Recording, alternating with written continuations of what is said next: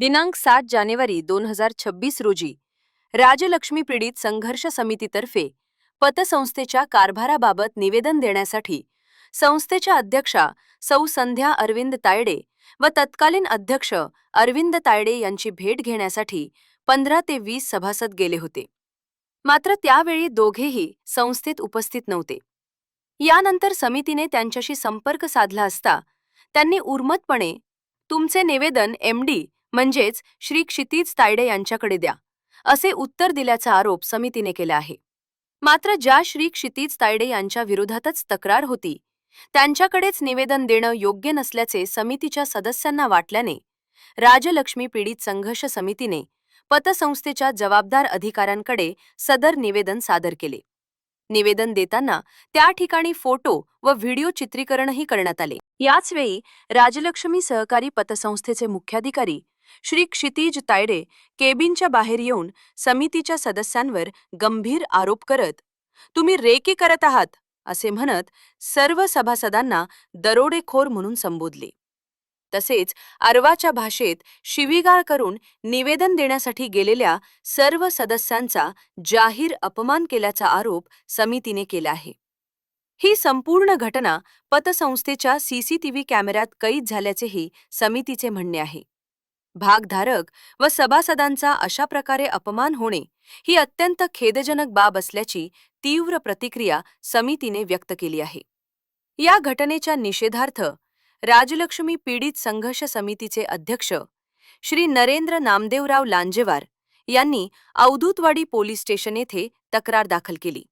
या तक्रारीच्या आधारे राजलक्ष्मी सहकारी पतसंस्थेचे मुख्याधिकारी श्री क्षितिज तायडे यांच्यावर भारतीय न्याय संहिता 2023 अंतर्गत कलम 352 अन्वये गुन्हा दाखल करण्यात आला आहे. दरम्यान या प्रकरणातील एफआयआरची प्रत मिळवण्यासाठी बुधवार दिनांक 14 जानेवारी 2026 रोजी राजलक्ष्मी पीडित संघर्ष समितीचे काही पदाधिकारी अवधूतवाडी पोलीस स्टेशन येथे उपस्थित होते.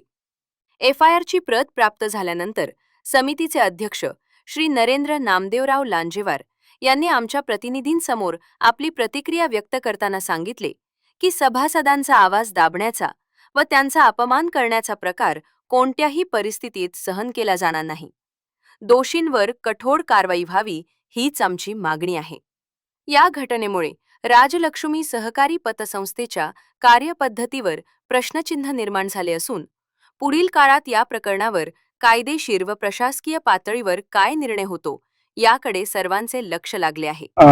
राजलक्ष्मी पीडित संघर्ष समितीचे सभासद राजलक्ष्मीमध्ये अध्यक्षांना निवेदन देण्यासाठी 7 जानेवारी 2026 रोजी गेलो होतो. त्यावेळेस अध्यक्षांनी आमच्याशी भेट घेण्याचे टाळले. त्यामुळे आम्ही तिसरी एक चोपडे नावाच्या कर्मचाऱ्याला आमचं निवेदन दिलं. त्या निवेदनामध्ये निवेदन देऊन आम्ही परत निघालो होतो. तेवढ्या त्या राजलक्ष्मीचे कथित एमडी श्री क्षितिज तायडे यांनी कॅबिनमध्ये बाहेर येऊन आम्हाला दरोडेखोर म्हणून संबोधले. त्यामुळे आम्ही सर्वांनी पोलीस स्टेशन अवधूतवाडी पोलीस स्टेशनला येऊन त्यांच्या विरोधात गुन्हा दाखल केला. त्यांच्यावर आता 352 कलम BNS 352 अंतर्गत गुन्हा दाखल झालेला आहे. आणि आज रोजीला आम्ही त्याची NC ची कॉपी वगैरे घेतली आणि ती यांना पत्रकार मंडळींना पुरवण्याचे आहे. आणि या विषयावर आम्ही लवकरच 2-3 दिवसामध्येच प्रेस कॉन्फरन्स घेत आहोत. त्यावेळी सगळ्या प्रेस रिपोर्टरना योग्य त्या डॉक्युमेंटसह माहिती पुरवली जाईल. धन्यवाद.